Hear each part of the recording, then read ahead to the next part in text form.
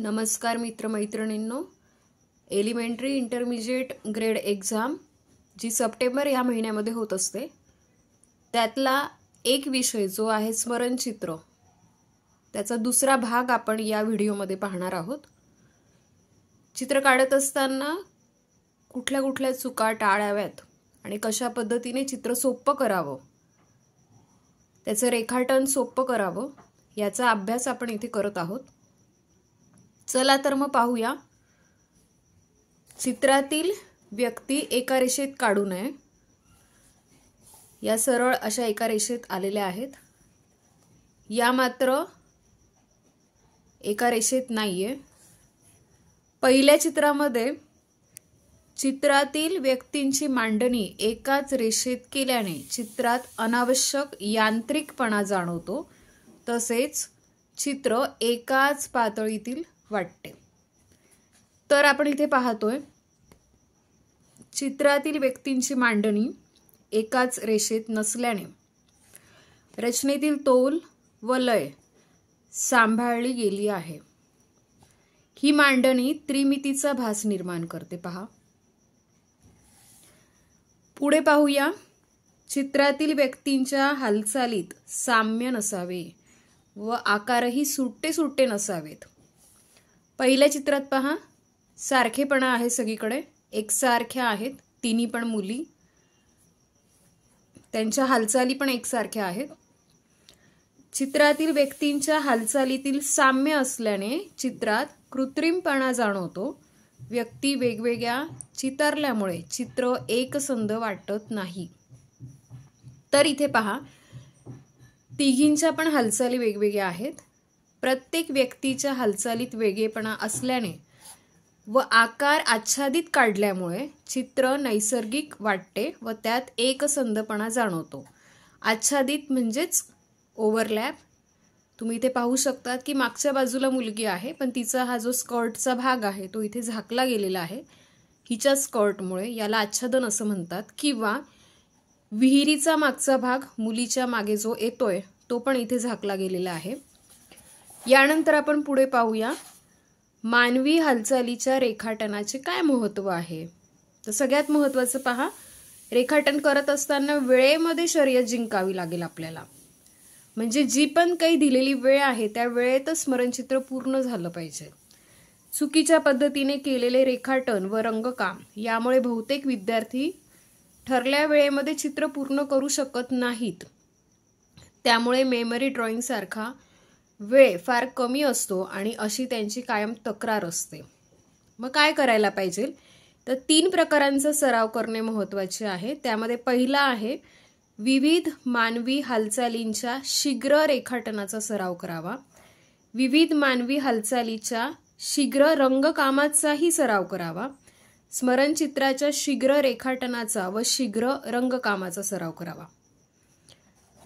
आता यानंतर आपण पुढे पाहत आहोत की वेळेची नोंद करून रेखाटन करावं।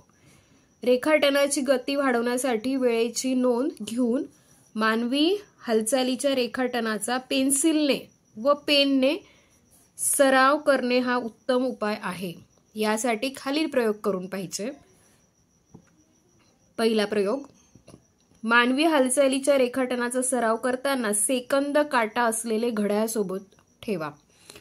मानवी हालचालीच्या रेखाटनाचा सराव करताना सेकंद काटा हा व्यवस्थित चालला पाहिजे।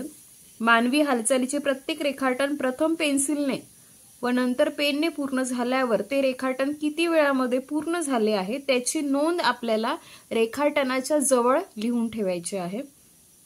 रेखाटनाचा सातत्याने सराव करून ही वेळ कमी करण्याचा प्रयत्न करायचा। एका रेखाटनाला 3 मिनिटे ही आदर्श वेळ आहे।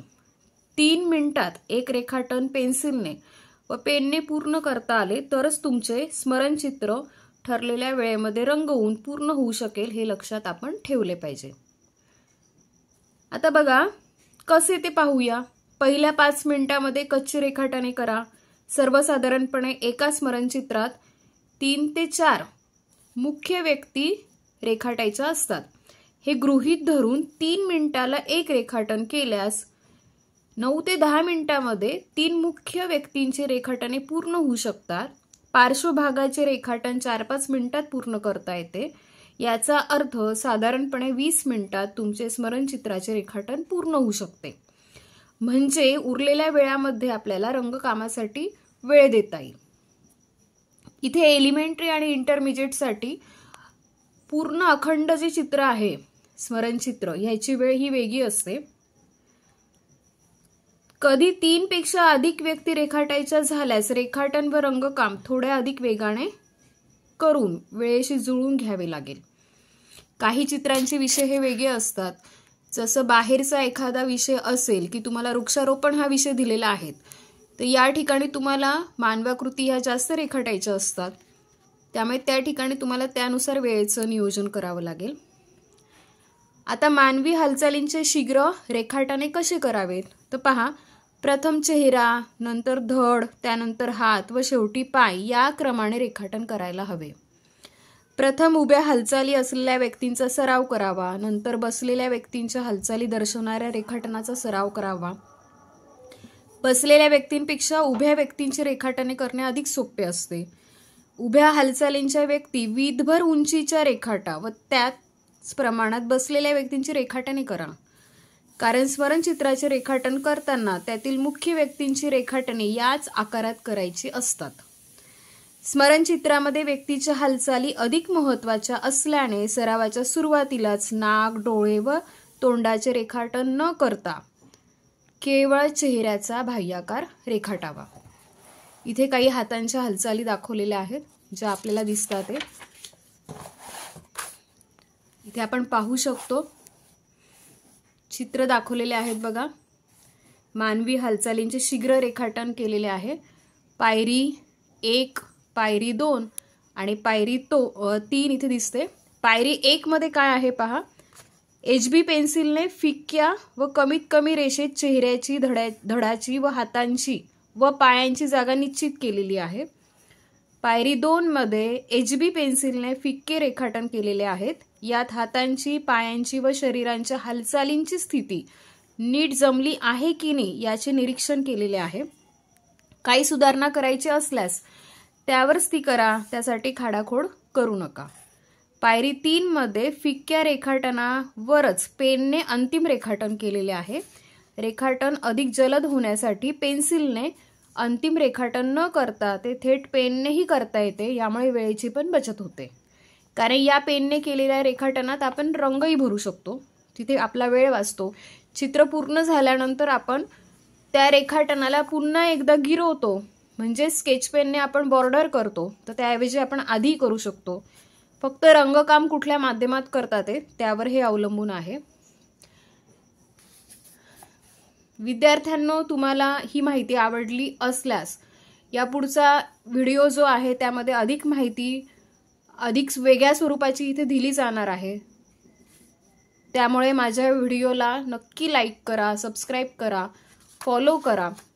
धन्यवाद.